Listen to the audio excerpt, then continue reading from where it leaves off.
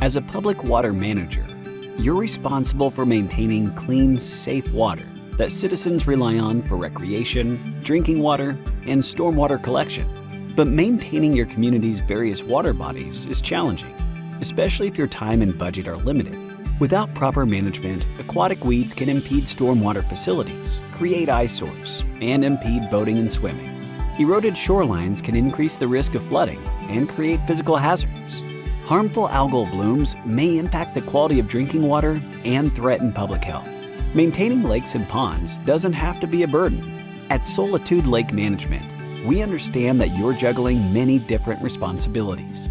That's why we partner with water managers nationwide to help them achieve worry-free water.